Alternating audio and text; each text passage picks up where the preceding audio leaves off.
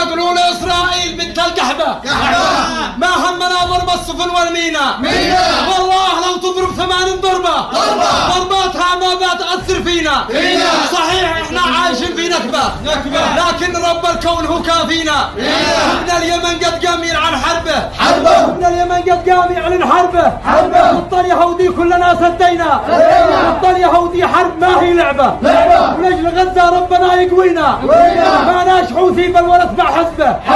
لكن هذه الحرب هي تعنينا قولوا نتنياهو حبه